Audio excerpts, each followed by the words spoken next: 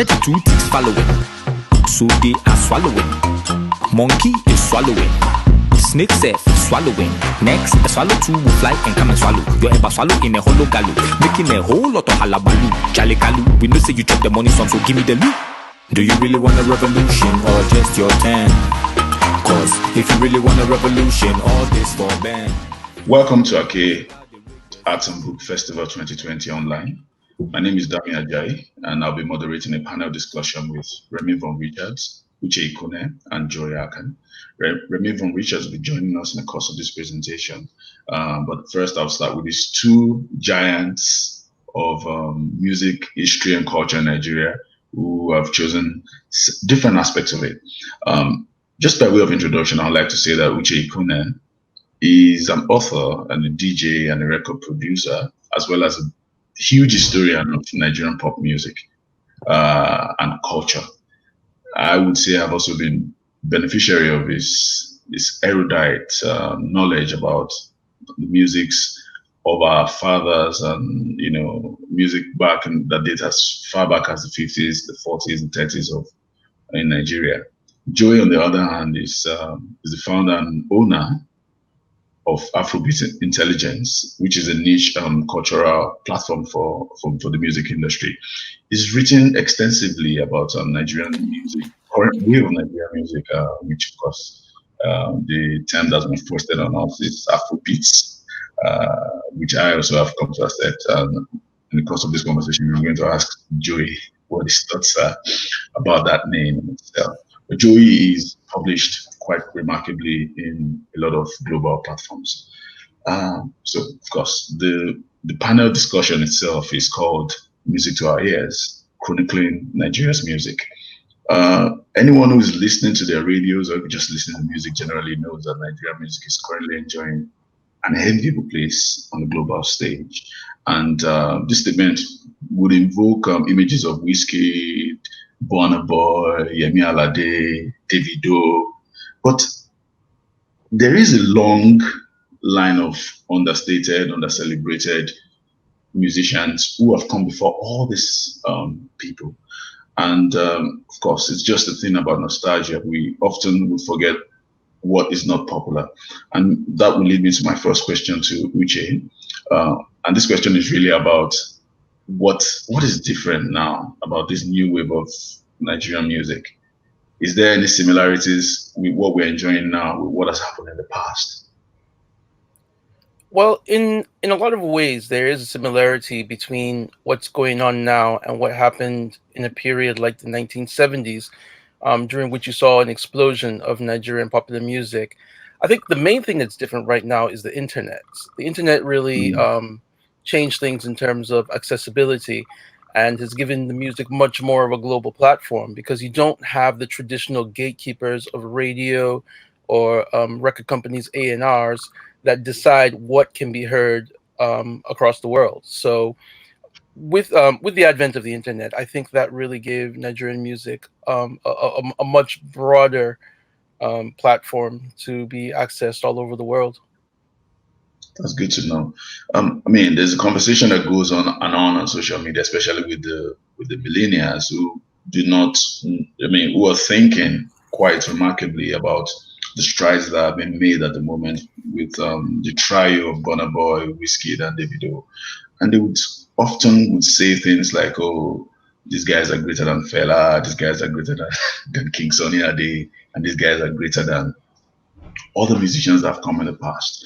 And my thoughts about it is really that, is that not, can we say it's a failing on our own part as music journalists, or a failing on us, on our part as historians, that a generation of people have grown up and do not understand or do not know the impact or the cultural impact of the likes of Fela, do not know the cultural impact of the likes of Onyeka Onwenu, do not know the cultural impact of the likes of King Sunny Ade. Joey, I would like to hear your thoughts about that, and of course, and I would like to also hear what Uche has to say about that. Well, for me, it's there are a number of factors why that gap exists. For me, my knowledge of these people came from a time when as a kid, I had parents who played these records for me. My dad was a big fan of Fela. He was a big fan of Sonny Okosun.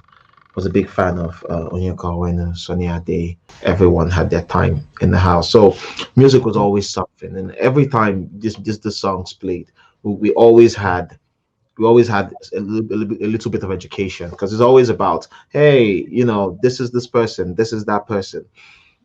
Growing up as a kid, the job that I have done as an adult did not exist in locally, in the way, in the manner that it exists now, exclusively. Where we picked up, where most of our contemporaries picked up, we picked up with trying to understand what's happening in Nigerian music, Nigerian pop music, most especially, because a lot was happening. We had this new industry. We had this industry that's doing amazing work. Lots of competition, lots of content, lots of moving parts, and there's only as much. Even like chronicling the now, even trying to put together something that totally represents what's happening now is hard enough, and we don't have a lot of people doing that. Then talk more of trying to educate a new generation about what came from the past. We understood that because our parents gave it to us, but do we have the space? Do we have the manpower? Do we have the time to be able to educate the younger generation? The younger generation, mind you, that is averse to education. A younger generation that's also grappling with what's happening now. So it's hard to feel that. It's hard to find that connectivity because of all of this. Well, I'd say that you have recognized that there is a sort of like a void for that history of music. I mean, and it's something that I also experienced. I mean, when I began to listen to the older musics, you just find pockets of stuff everywhere, here and there. And that was actually led me to Uche Ikonne's blog. And Uche, you've been doing this yeoman's job quietly for at least the past maybe 10, 20 or 30 years. And I'm interested in how did it come about? How did you find that niche to occupy? What was the basis of your genuflection? Well, when people ask me about stuff like this, I always cite, I don't know, is it Toni Morrison who said, write the book that you want to read? And I often say that if I had gone to the library about 20 years ago and I had been able to pick up maybe 2 or 3 really good books on Nigerian music, I probably wouldn't be doing what I'm doing today. Because the fact is, I wanted to read those books and they just didn't exist, so I had to write them myself. Essentially, they're just the research wasn't there. I had to build the bridge for myself to walk over. So I don't know. I mean, it's hard for me to say what led me to it. I always had an interest in it, and I just felt that it was something that had to be chronicled a bit more accurately than had been done up until that point, and that's what I'm just still doing now. So Joey raised the point about music journalism being more or less like a new role, as it were, especially for someone like him. And I don't know. I mean, you understand the history better than us. When in the 60s and the 70s, I think especially in the 70s, where there was the oil boom and of course the post-war oil boom and the explosion of Afro rock, Afro beats. Were these things chronicled at the time? Was there any kinds of, I mean, in your research, have you found any kinds of writing that Local writing, that is. yeah, local writing, of course. There was local writing, but Joey is correct to an extent that there were not a lot of critics who were intensive on the music. You had entertainment critics. There had been a few music critics. Benson Idonije was the first music critic in Nigeria, and he'd been doing his thing for years. There was a gentleman named Remi Vaughan-Richards. He did that for a little while before moving into other things. There was Victor Dorgu in the 60s. I think I wouldn't call him so much of a music critic as I would call him an advocate for an emerging youth culture.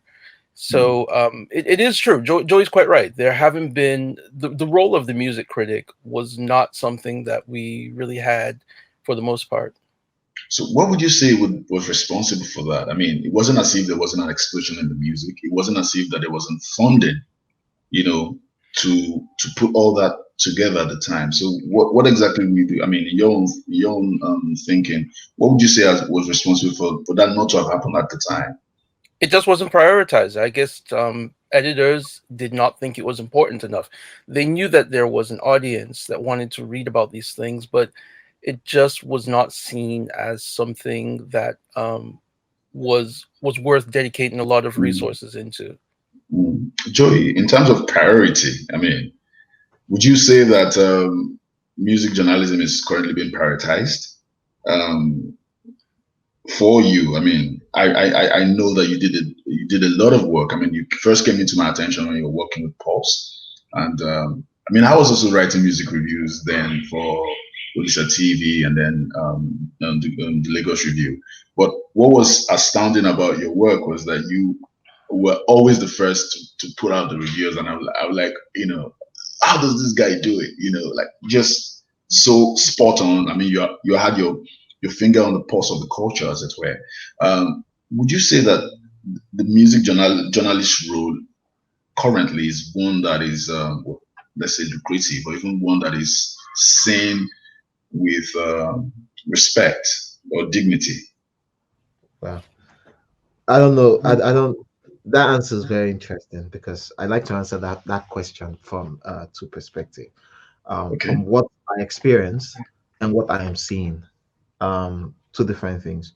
For me, I have respect. I have a certain level of respect. I have a certain level of I've made like it pays like it has paid my bills, and you know it's going to pay my bills for as long as I want to do it, because you know I think I've hacked it to a certain degree for myself. I think I moved into music journalism fully. I dabbled in it, you know, a bit in 2012, 2013, but not necessarily because it was anything I'd known about it from somewhere. I just like music, and wanted to tell the stories about the music. Because when I joined, everywhere there were entertainment stories everywhere. NetNG then had Osage Alonge, who was writing a lot of the work. There were a few album reviews, but a lot of the work that was coming out was on artists, on the celebrity of everything. It wasn't about the art. You see people have conversations about entertainment, and the conversation would be this person's new car or this other person's new car. Well, for me, and then when it comes to like to the music, what will happen is someone will just put up a post about the music, and so I'm very curious about the things I like, and so I did politics for a bit. I did fashion for a bit. I did everything. I did metro for a bit, and then when in 2014 something happened within the firm, and I said, okay, let me specialize in this. And so what did I do? I looked around. There was nobody I could say, okay, this person's built a template for me to work with. So I went online. I went to the US. I went to the UK online, and I began to go through all these platforms. I discovered a lot of these platforms, and I'm like, hey, this thing exists as a full industry here. Like they have content types, they had reviews, they had profiles. I was like, profile. When I read a profile for the first time, I'm like, whoa, this thing exists.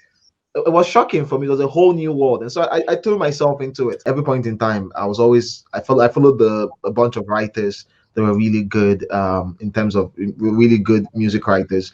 I followed a number of even niche platforms that studied not just pop music, but platforms that studied rock, literally just to get how they approached the music. And the more I studied, the more I saw holes. The more I saw a lot of things that could be applied here, and so I kept applying. Even till today, it's my mo. I study wide and I bring it home. What I've seen over time, doing it since 2014, is personally for me, I like to think I took it mainstream here, and so and then a lot of people came out with time. A lot of people started coming out. We had like younger people. Now I see a number of young people. I'm still young, by the way. But I see a number of young people now. I'm You're still young. youngish. I'm currently Youngish. 8. So, so, I, I've seen a lot of people try to do that now. I see a lot of people doing it now, and we're getting a lot of it right. Um, but would I say it was a priority before I picked it up?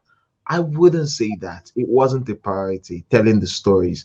And over time, we've even struggled to even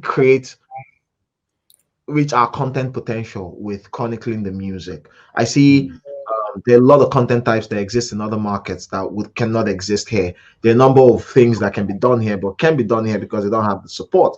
So for me, I've had the support. I've created my support. I've worked locally. I've built something locally. I've worked internationally. Now I'm building again locally for myself, by my industry.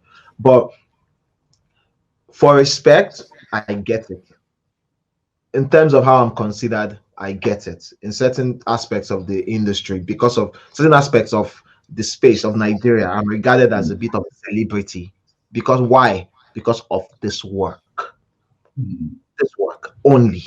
This work. So yes, but what I say on the outside, when I leave, when I take myself out of the equation and I look at it as an industry, then I get worried. Then I get alarmed. And then I come on social media and I tell everybody, hey, we're on fire. Oh, this thing is not working. No. But globally, culture coverage globally has been shrinking. Ad money has left the media and it's gone to Facebook, Google, all of those companies. So everywhere it's shrinking. Locally is the same thing. We don't have a lot of houses for this for the music to be properly considered. And at the level that it has to be, there are no resources for it. Right now, what do we have? We have Native, we have Pulse. Shout out to Pulse still doing this. We have This Is Lagos now. Now, I can remember a few years ago when you still had My Streets and Bubble and Yeah. All of those people, they're all gone. Like, have you seen how it's shrinking? We're not looking at it industry wide. social media is a problem because social media destroyed the print magazine. Yeah. Well, actually, blogs ate up the print magazine, and then social media destroyed the blogs. For Uche, for instance, sustainability is something that I think um, is a major, let's say, roadblock for chronicling or archiving. But you seem to have been able to do your own work quite steadily. And I'm interested in how you're able to run that. How you're able to sustain that steam and make that work. I mean, you have a blog, you had a blog, and it worked, and it's continuing to work. And even when people talk about your books, your curatorial work, they will still refer back to that blog. Yeah, I'm quite lucky that people really liked that blog. That I have to be honest, I didn't put that much effort into. Well, I mean, in a way, I did, but it's not something I worked at very hard. It was just it was something that I did to amuse myself at a time when I needed distraction, and I was more surprised than anybody that so many people found it enlightening and enjoyable, because it was never meant to be something that was even particularly public facing. It was just something I was doing for myself. So I haven't run my blog in about 10 years now. Lately, I've been trying to relaunch it in a different form, but I don't even really think that my work is that visible. I don't have much of a social media presence, and I mean, I've been, for the past couple of years, I've been working on trying to get books and documentaries and things like that done. So I don't even know how visible my work is at the moment. If people still remember me, that's quite flattering. But I don't. I've not really been putting myself out there that much, and that's actually a problem. Well, I mean, I appreciate your modesty, but I'm telling you for real that in the work of archiving Nigerian music, especially music from that era, your work stands out. The work of Ed Kias also stands out as well. Yeah, apart from the fact that Ed also does the historian part, he also sings. He has a band and all that. And I know that you also hey, my music is are a coming out DJ. soon. Oh man, really? Wow, I didn't know that. I'm happy to hear that. Yeah, so yeah. I would also like just to see, I mean, because I get that there's a sense in which I feel that it's not just about writing the music, it's also about playing the music, as it were. And playing the music also plays a very important part in helping people to understand that there is actually lineage of music. You know, that traces, say, Yemi Alade all the way back to some older musician, or maybe the Cavemen album back to Yeah. the 60s. And my thoughts about it really is the old music, the old stuff. Is there really a demand for it at all?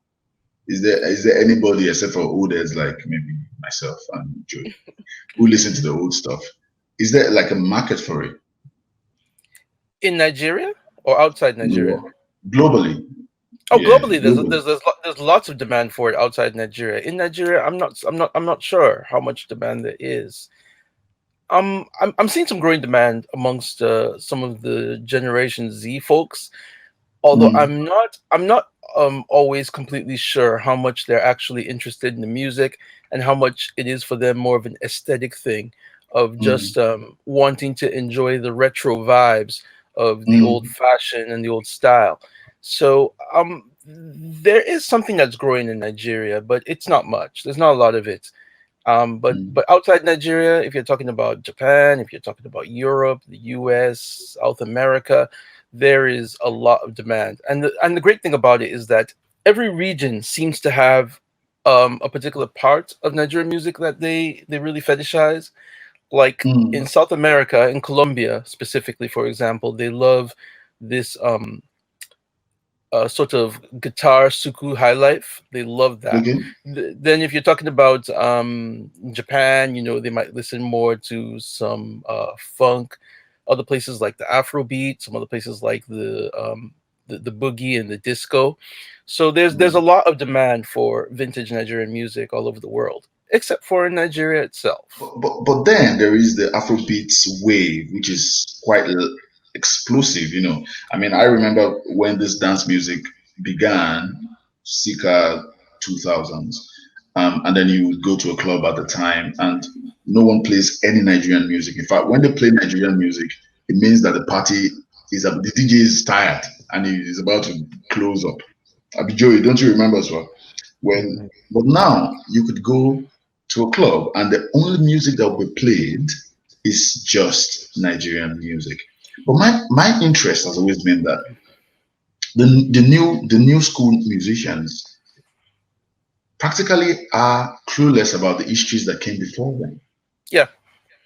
And they're not interested. I mean, so if there's anybody who should be interested in the old stuff, it should be the new guys, the musicians Why? themselves. Why? I feel that there's a place, there's a way they can want to enrich their music themselves, the music they are making, and also pay, allegiance and tributes to what has come before them, because it's a continuum, really, isn't it? No, I do agree with you. I do think that it would make their music considerably richer and in some ways even a lot more marketable if they could draw Mm, on some of the music that came before them. But I don't think it's mandatory. I mean, it's a completely different vibe, and I don't think they are beholden to the past. They don't have so to draw true. on it if they don't want to. I think it would be good if Mm, they did, but mm. Well, Joey, what do you think about that as well? What You are about? the you are the expert on Afrobeats. Yeah, your guys. Well, I do know. I'm in a lot of rooms with these people, Mm, both as a journalist and as a music exec, working on the music. And for the most part, these people know these things. It might not seem like they do their research. It might not seem like they are well versed in it. But trust me, when you move around these people's circles and experience their creative process, you'd understand that these people, they know these things. I've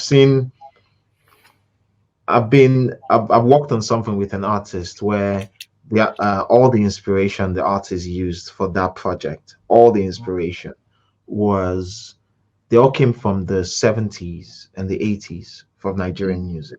You would not see it because a lot of it has been over translated out, but all the ideas were from there. mm, Specifics. Burna Boy. Everyone attacks Burna Boy for sampling. An artist is dropping an album in October. Big artist. can be considered B-list now. Much of that album comes from old high life, old high life from the east, old high life from the south. So and on high life from Ghana, exactly, like extremely old high life. So they know these things. They insert some of it, but do they where the problem lies is, do they communicate with the public that this is what they're working on? No, of course. Nigerians don't like to credit the source of their magic. Um, a lot of people just love to hold things, not necessarily to, and then also, do they have the money to pay for the samples that they're using? Would they, can they clear it? That's also something that's holding them back. I know an artist who made a very fantastic EP, did a lot of sampling, a lot of amazing sampling, but he couldn't sell that project because he couldn't clear anything.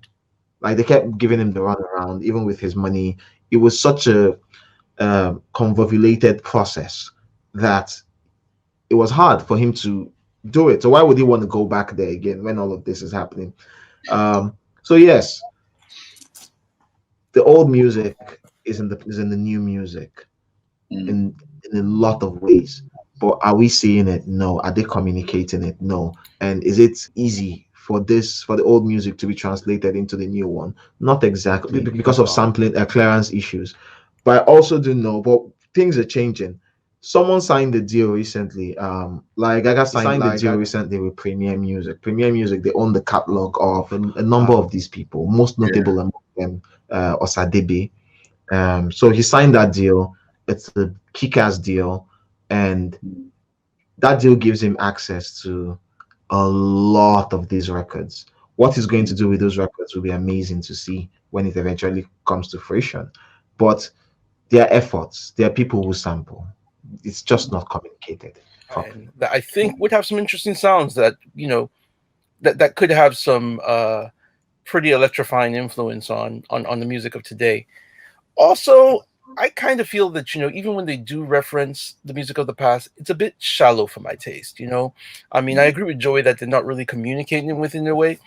It's not really internalizing it. It's a very surface level reference, and I guess I would love to see them internalize it and translate it into the modern language a little bit better. But again, I really don't feel that they have any obligation to do so. It would be great if they did.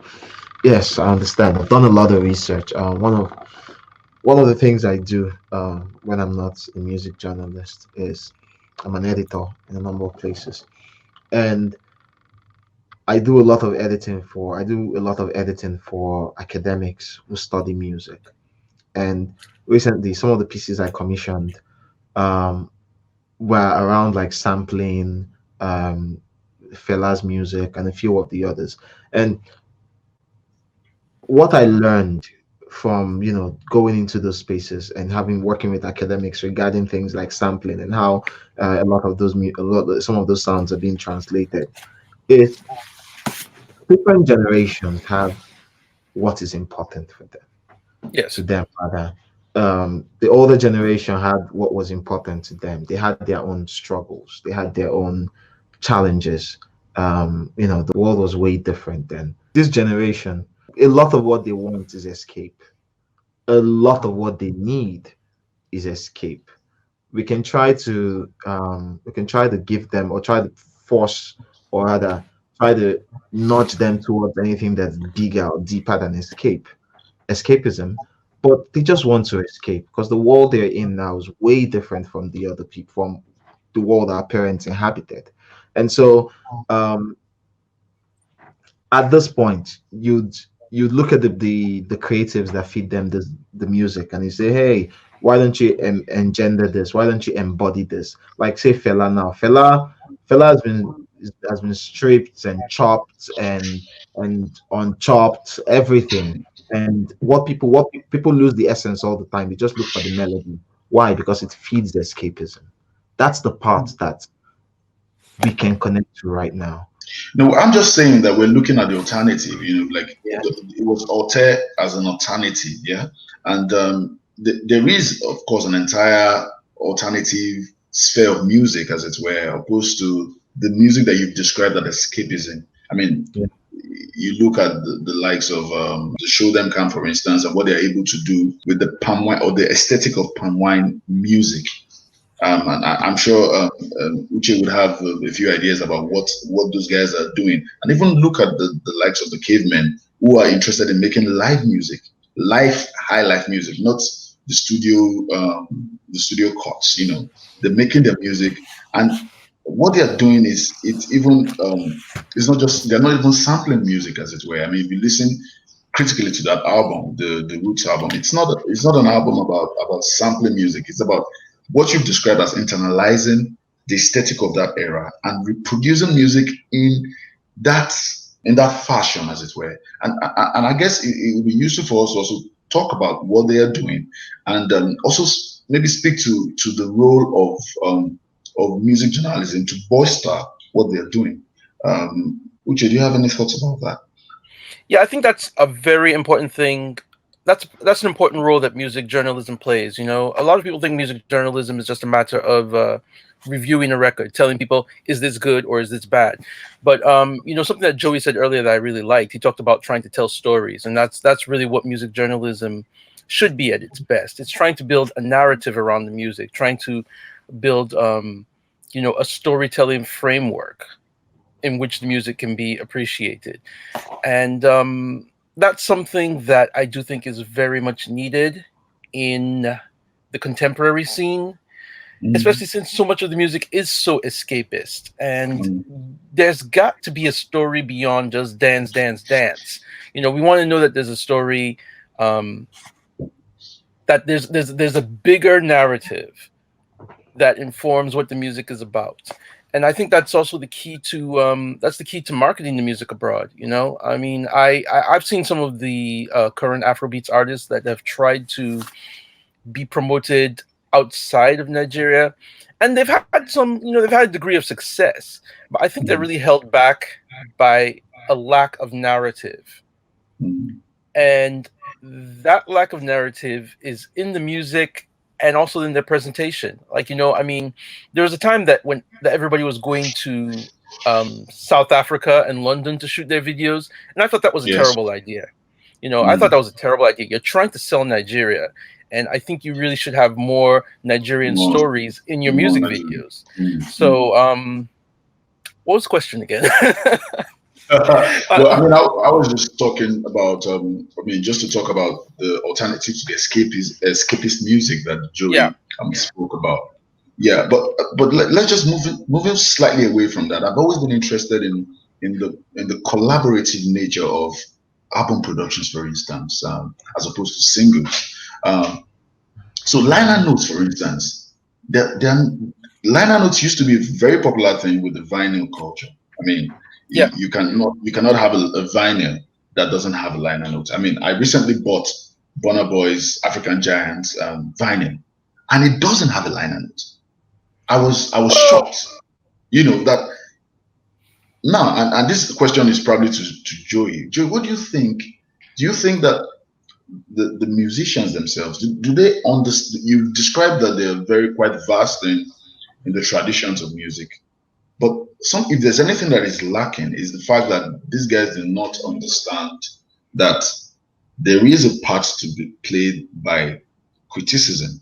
I mean, journalism, music journalism, and criticism, or commentary, as it were, to sort of like help them understand, or to sort of like give perspective or narrative to their music. What are your thoughts about that? These people understand, to be they honest. do. Okay, but where are the liner notes? I don't think liner notes are really not necessary, because physical media is not really as dominant as it used to be. I mean, if you want, what really is the purpose of liner notes these days? You can just follow the artist on Instagram. I mean, I love liner notes, make no mistake, but there just doesn't seem to be a real purpose for them. There is something about liner notes that pull a project together, that it gives it a real sense of purpose, that really makes you feel that you're dealing with something more than just a bunch of random singles thrown together. But since the average consumer is never even going to see the product in a physical form. Yeah, I mean, and even if they are listening to it as an album, they're streaming it probably. What time do you have to listen to liner notes? You know, and liner notes used to be the one of the only places where you could get some sort of access to the personality and narrative of the artist. But now you get that everywhere. You know, you follow them on Twitter and you see all these other things. So I'm not sure that's really important anymore. Well, maybe not liner notes in terms of the physical essay, physical contextualization of the music, but liner notes in the sense of profiles, for instance, in-depth interviews, and a lot of times, I mean, except for what Joey is doing now with Afrobeat Intelligence, there's really not been anything of that nature where you would have these musicians try to sit down and tell you how their music came about. I mean, one interview that was really powerful for me was the one Joey did with Reminisce, and you know you understand that. I mean, that was the first time I really understood the real business side of what it means. And a lot of times we talk about this industry as if it's actually an industry, but it looks a lot to me more like an indie arrangement more of the time. It's these guys are independent labels themselves. They have to push out their music, they have to shoot their videos, they have to promote it, they have to do the payola, you know, and push the music. And it's really quite interesting that, you know, if you have all this, if you put in all this effort, if there's any part that is lacking, essentially, I feel it's the part regarding just proper narrative of music, as it were. The likes of Not Just Uche, for instance. Not Just Uche has been around for years, you know. I mean, there was a time I was actually trying to dictate the exact point where Remedy's Mio Shakomo was released, or who produced it. And I put up a tweet about it, and I got conflicting answers, you know. Yeah. And the whole idea of it is, it should, I mean, it's embarrassing that we don't have that. And that's just my thoughts about it. But Joey, I'm sure you have something to say. These people understand the need for this. They get it. Trust me, they do. If you sit in conversations with them, you would know. If you hang around them, you would know. Both from the A list to the F list, they understand it. What I see is a number of issues why these things do not exist here. People say artists do not want to have conversations. Artists want to have conversations. You know, I've done interviews a lot with Pulse on international platforms. I've tried to tell as much stories as possible. And every time I sit with these people and I have these conversations with them, the first thing they first tell you is after every interview, like 8 out of 10 interviews, it'd be like, I really enjoyed this interview. I enjoyed your questions. Your questions were not regular. 1. 2, you see them say things like, you understand this music. You understand your work. You understand, I can talk to you because I feel like you would understand me, even when I go deep into my work, like, and everything else, you understand me. 3,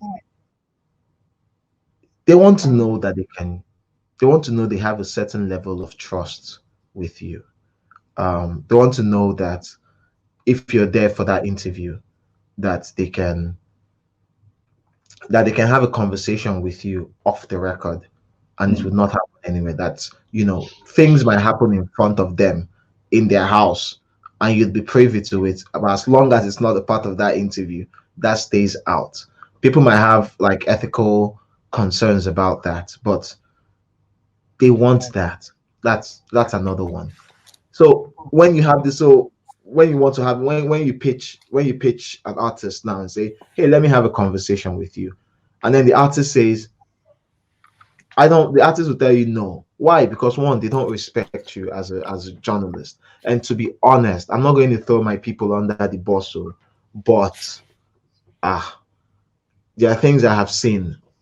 There are reports I have read. There are interviews that I have seen them that have been published, and I look at these things and I'm like, why are you people doing this? Like, how does this help in any way? Like, it's not, apart from it being shoddy and a few things, it's all over the place.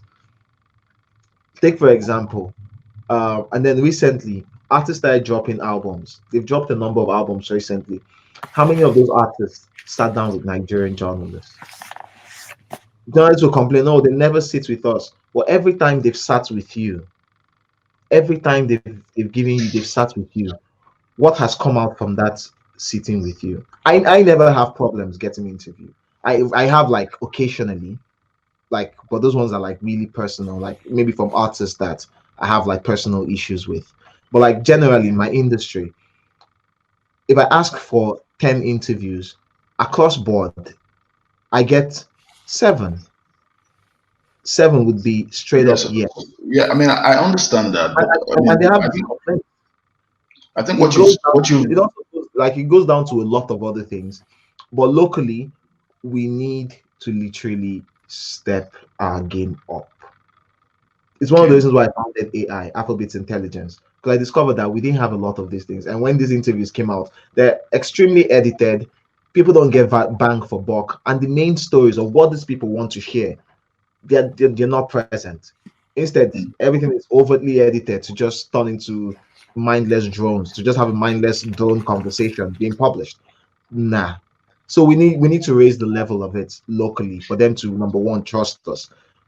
We need to raise the level of that locally, and we just need to be more responsible with the work that we do. That's it. I think there's some Yeah. responsibility on the part of the artist to cooperate with it, because I mean, when I think about the few attempts that I've made to interview contemporary artists, were extremely disappointing to me. They seem to resist any discussion of anything substantive, and they basically wanted me to write a puff piece that would just basically be a PR piece. But I don't know. I think the artists need to be a bit more cooperative in understanding the service that is being done for them in in trying to communicate their narrative.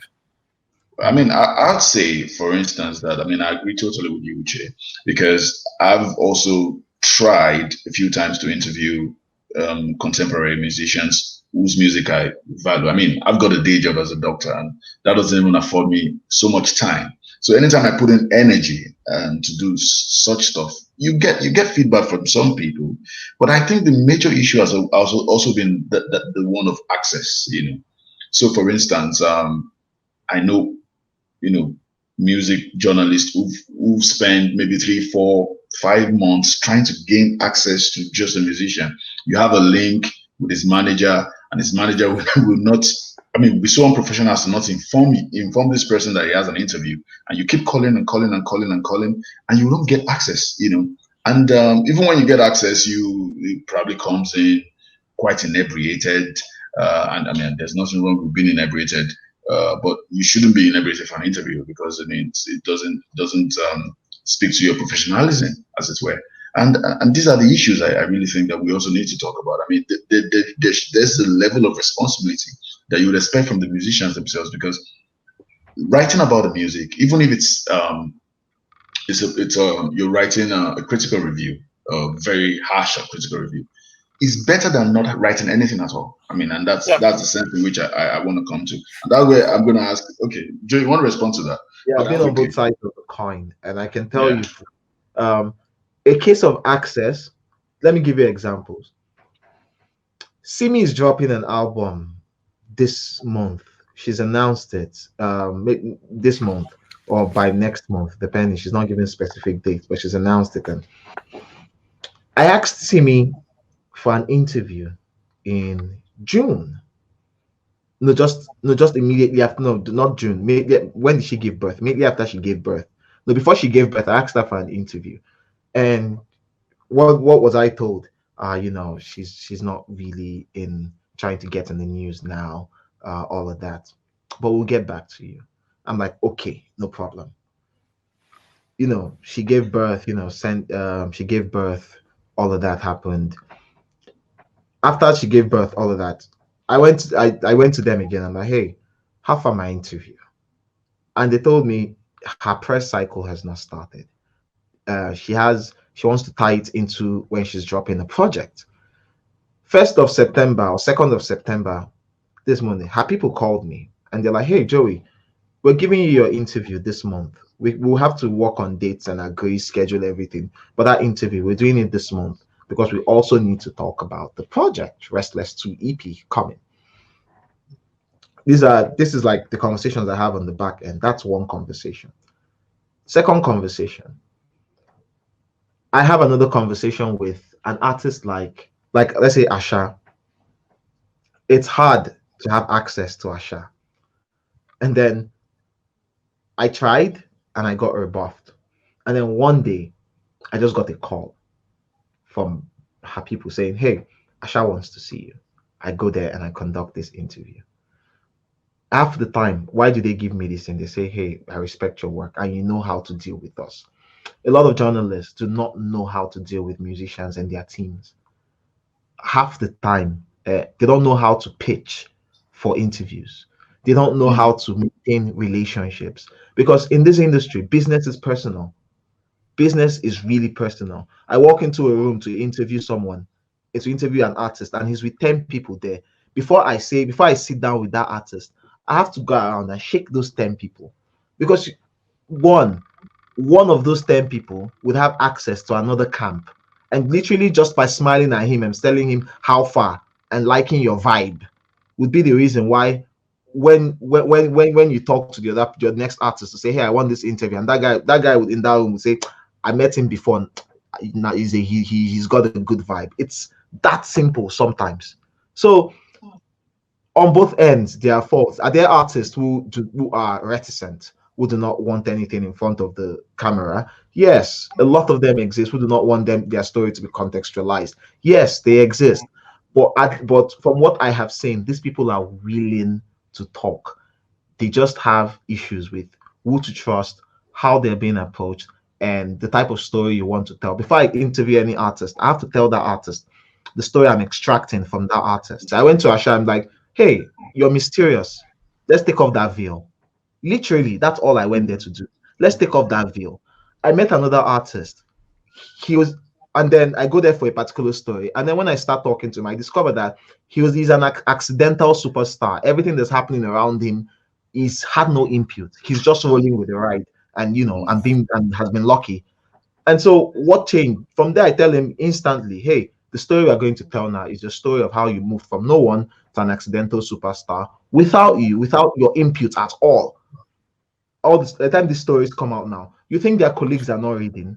The next artist is reading. And I know artists who have called me personally to say, "Hey, I like how you told this person's own. Because of that, I'm granting you an interview."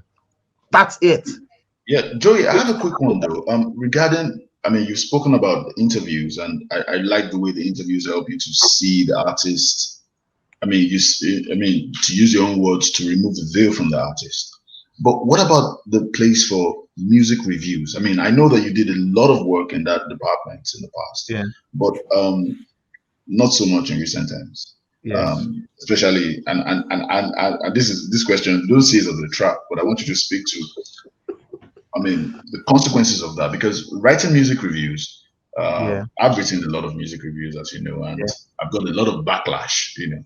I mean, I think there are even a lot of them that would probably, well, I mean, they block me, they send all sorts of courses to me, and I'm not faced by those kinds of things.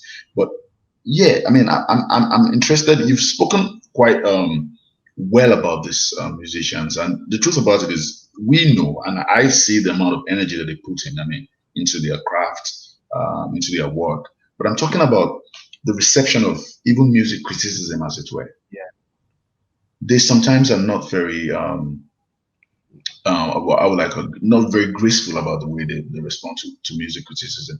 And I don't know, maybe it's a new thing. Uche probably has a better idea as to if this is a tradition as well that's been passed down from 60s, 70s. You know, No, it's I'd not like to new. hear. It's not new at all. It's not new at all. Like I said, Benson Idonije was the first music critic in Nigeria, and in some of his early work, it did legend. According to legend, some punch ups did result from his criticizing certain artists, And I've seen it also in the movie realm. You know, I mean, in Nollywood, I remember there were some times that you had some media outlets decide to try to mount a very serious critical apparatus, and you know, after a while, they had to give it up because they just kept on getting into fights with the producers. So you know, Nigerian artists are very sensitive because they don't really view it necessarily from a purely artistic point, understandably. So they feel that when you give them a bad review or anything less than a shiny review, you're trying to take money out of their pockets. So it's something that's taken very seriously, and a lot of people are not that receptive to it. And you know, since there's not a lot of criticism going around, like, you know, if you had a whole ecosystem where you had 100 critics, and you know, maybe about 30 of them don't like you, okay, 70 of them do. But these days, you know, there's only one person, and that person is saying bad things about you. You take it very seriously and very personally. So that's one of the challenges of artistic criticism. It's a good time to start to think about. I mean, we've spoken extensively about the industry, about music journalism. We've spoken about interviews. Spoken about reviews and place for the critic. And if there's anything that is clear, it's that we don't have enough critics. We don't have enough platforms. We don't have enough. We don't even have enough professionals. I mean, to use Joey's words. But how do we make sense of all this? How do we begin to chronicle this music in such a way that our so-called musicians, we don't have to look into the UK, the US, and Pitchfork, and you know, and Rolling Stone. I mean, it's good to get published in all these places, but I mean, I've read stuff that are published there as well, and sometimes I feel that it's a disservice for that kind of music or for that kind of musician to be, you know, to be written about in that context, because a lot of times these people write about the music from an outsider. How do we improve the industry? You know? Well, I mean, like I already said, a lot of this responsibility also lies with the artist to understand how important this is to their posterity. You know, in my work, dealing with the music of the 1960s, 70s, and 80s, the most frustrating thing is that you just can't find the resources to even chronicle the music accurately. You know, if I want to talk about the Beatles, I can go to the library and find, like, you know, 200 books about the Beatles. I can find old magazines and newspapers and archival footage and all sorts of other things. Now, when you want to talk about, you know, Rex Lawson, there is no existing film footage of him. You know, you want to talk about Osadebe, there's very limited film footage because he resisted being filmed. I mean, the same thing. The same thing with. I mean, a lot of artists were like that. Actually, you know, they felt that if you wanted to put a camera on them, you had to pay them. You know, they didn't really recognize how important it was to have this stuff chronicled for the sake of history, and that's something that I really fear. One thing that, you know, I always try to advise anybody who's working in the music sphere these days is that, you know, you need to start chronicling the stuff right now. You know, whenever, you know, I'm doing all my stuff and I'm bringing out all my old history, people ask me, wow, how'd you do that stuff? And I'm telling you how you have to do it. You have to start doing it today. You know, you don't wait until 20 years later and start looking back. You have to start chronicling it now. And again, that's why I really value the sort of stuff that Joey's doing, because that's the beginning of that. That's the beginning of it. Yeah. So I mean, but I think artists need to be a lot more forthcoming. They need to understand that it's a collaboration. You know, they look at it more like, if I'm trying to write a story about them, they think that it's all about me trying to profit off them. But they have to understand that, you know, we're both gaining something from it, and in some ways they're gaining much more than me, because in 20 years nobody's going to know who I am, but hopefully somebody's going to still remember their music. Joey, well, how do we improve? Two-pronged. One, we need to find a way to get money into the space. Number one, as a industry-wide problem, we need to find a way to get money into the space. We need to find a way to attract and keep the right talent. The only reason why I'm still in this space is because it's still paying me, and the ways that have paid me or continue to pay me, they're not ways that are scalable on an industry-wide level. So a lot of it is just me using OT, you know, and then, you know, a lot of things are happening for me, thank God. But when I look at the industry, I'm like, okay, cool. Are there structured formats for to attract music journalists or young people saying I want to be a music journalist? Are there are there growth opportunities for them? Can they say, hey, who is the biggest person in this field? This person. I want to walk in his shoes. The pipelines that made this person become prominent now, do they still exist for that other person? No, I've seen it happen. No, they don't. So we need money in the system to set up these again. Two, we need to train ourselves as journalists, as writers, as chroniclers. Are we actually, when you give you this access, when you have this goodwill that you're looking for, what do you use it for? These people look at these things. I have an interview that I've done with Copy. It's hanging because of something else. Already, Copy and her people, they're asking me, where is my story? If I don't give them a story now, or give them a story that, or give them a story that is befitting of the quality of work they're making or how they're trying to project their work, do you think they would come back to me? Do you think their friends would come back to me or their other colleagues would come back to me? No. So we need to improve on that because that's the number one complaint I see from the other end. Hey, Okay. this person not go to this thing well, this person not go to this thing, this person not go to this thing well. So that's one. Two, on the part of the artists, musicians need to, that's for us. We need to improve that well and then find a way to pay for it because money is a big problem. We don't see it. But if you put more money into this space, the quality of work would increase. So we need more money for Where would the money training. come from, really? Because I mean, I, the I have industry mixed itself feelings. seems to me like the industry itself. I mean, these musicians we're talking about, they're also indie, as it were. Most of them have to, do stuff by themselves. Yeah. They are struggling, as it were. So, how does the money come in, really? I How mean, I does the have money? mixed.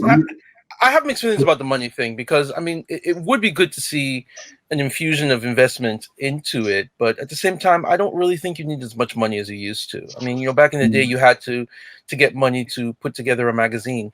These days, I mean, why can't you just put some videos up on YouTube? I mean, where's the Nigerian Fantano? Where's the Nigerian Todd in the Shadows? I mean, mm, you can do plenty of stuff on YouTube, on Instagram, and so many other platforms. So I'm not Yeah. really sure that music that money is as necessary. Although it would All be great, it would be great to have it. Make no mistake. all mm. these things exist. This names you just called, they have Nigerian versions. Trust I've me. seen I've seen some. So I've seen some. the I'm not problem is really. where money comes in. Money trains you. Money gives you better gear. Money helps you market. Mm. Money helps you market. I'm grateful to be able to have an impact without any form of marketing. I'm grateful to be able to do that. I can see a lot of people have that here. I'm grateful to be able to release a story and then it trends without any money from my end because I'm hyper visible. But I can see it happen for a lot of other people who write way better stories than I do. It's not happening. But what would money do? Put money behind that and you get more visibility, you get more people to stay. All of those things. See, it comes down to that. I like the money, and I like conversations about money. But my concern, is where's the money going to come from? Really, is it going to come from the artists who don't have money themselves, or who are prioritizing their money for other It's not going things? to come from the artist. There has Yeah. to So be a where's the business. money going to come from? There has to be a business to it. Right now, the models that we've run, even Mm. internationally, all those models are crashing. Yeah, they're all All of crashing. they're all They're all crashing. crashing. So the industry is in flux. How it Yeah. ends up, nobody knows. How it's going to be in the end, nobody knows. But everybody right now, they're trying to figure out a way to make this happen. For some people, they're pairing music journalism now to record labels. Warner Music just bought Oprox and Hip Hop DX. I know Yeah. back end, I know a number of these music platforms, even the biggest platforms that you people that we all respect, how much they're plugged into the labels, how much of their writers work from labels. Mm. And then we have another set of media houses trying to get to attach themselves to streaming to other platforms and act as value-added services to those platforms. DJ Booth just merged with AudioMac. I Mm. got an offer to merge AI with another platform. It's something that Okay. is still in place. So Mm. it's all these things. It's all these things just happening. So it's an industry that's still figuring itself out. Where would end, I don't know. But I'm hopeful. I'm hopeful that one of us, at least within this period, will be able to crack it, and then a lot more people will be able to generate something from it. But right now, it's the pits. The Well, I mean, you've spoken quite well. I mean, and thinking about streaming and thinking about Spotify and all the other streaming companies or applications, I generally think that the time would come that perhaps there will be a need to have some kind of music journalism embedded or outsourced and brought into the music. And they're already doing a bit of that here and there. You'd see a musician's page has a bit of a mini profile, and the song may have a bit of a context, and then, and so forth. I mean, their songs now have Wikipedia pages as well in Nigeria. So, I mean, a lot of this is also going on, and I think, I mean, there's a lot of baby steps to it. But I've been told that we have not so much time, so we need to start rounding up. I imagine that we all have final thoughts. Uche, do you have any thoughts? Any way you want to end this conversation? Well, I guess my final thought is that I'm very optimistic about the current Nigerian music scene.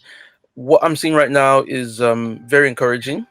I mean, I think the Nigerian music scene in many ways is healthier than it's ever been in its entire existence. My only concern would be just about trying to get some synergy between the past and the present, because I really do think it's important for the past to animate the present, and vice versa, really. Thank you so much. Joey? I'm very grateful for the kind of industry that we're shaping up to have. A lot of things are in play, both from the music end and the media end, and I'm grateful for what's happening. What I would want to see more is for more journalists, more curators to take it upon themselves to say, hey, I want to be excellent at this. And excellent, not even within like local standards. Excellent, not within local standards, but to compare the level of their work and what happens at the highest level, and to tell themselves that, you're saying the world is opening up, there's internet everywhere. How does your work match up with the work from another country at the highest level? If you want to operate at that level, you need to be able to have the skills to operate at that level. So train yourself, do whatever you can, but raise your game above everything. That's what I'm trying to say. Yeah, so that's good. That's really good to hear. I'm really happy that this conversation happened. I share in your optimism as well. I mean, I came into writing about music from just a place of someone who loves music, and I think I may have also contributed my own small quota to that, and it's also been quite rewarding. I wouldn't say that I've not made money from writing about music. I've made a significant amount of money just because I've come to it with love, with passion, and just with the willingness to work. And I agree with everything everyone has said here, and I'm hoping that at least this music it continues to grow and continues to get the critical appraisal that it really deserves. Thank you very much, Uchenna, for joining us, and thank you, Joey. It's been a wonderful conversation. We don't just think of ourselves as a bank. We think of ourselves as corporate citizens with responsibility for growing the economy. Reading and education is a key part of it. But equally important is having access to reading materials at home. A lot of the intervention we've done throughout this COVID is to ensure that people can safely navigate the uncertainties of the COVID crisis and come out of it ready for, to live again. Let's take a ride to the past in the back of a phoenix. Let's float around the moon. The dreams that we have are limited by what we have directly interacted with. What reading does is it makes it possible for you to begin to live in worlds that don't yet exist. One read creates a discipline of reading. One read puts me on the timeline. It gives me an important book and I have an opportunity to read it and to collaborate. It's almost like having someone who does your book selection for you. If you have editors and people who are really good at this saying to you, this is the book for the month, I value that. I want to be able to read in a community. I want reading to be a collaborative thing. I want reading to be a communing, and one read allows me to do that. I will use one read any day, anytime.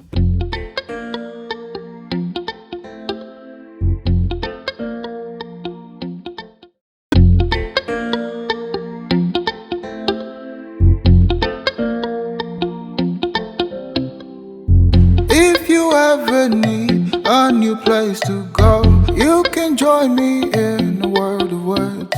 And it seems like I'm nowhere to be found. If you look, you'll find me in a book.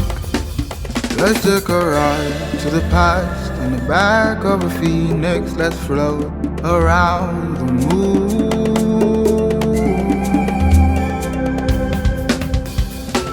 You'll never be alone. Now you know where to look. Find me, find you, find the world in a book. You'll never be alone. Now you know where to look. Find me, find you, find the world in a book.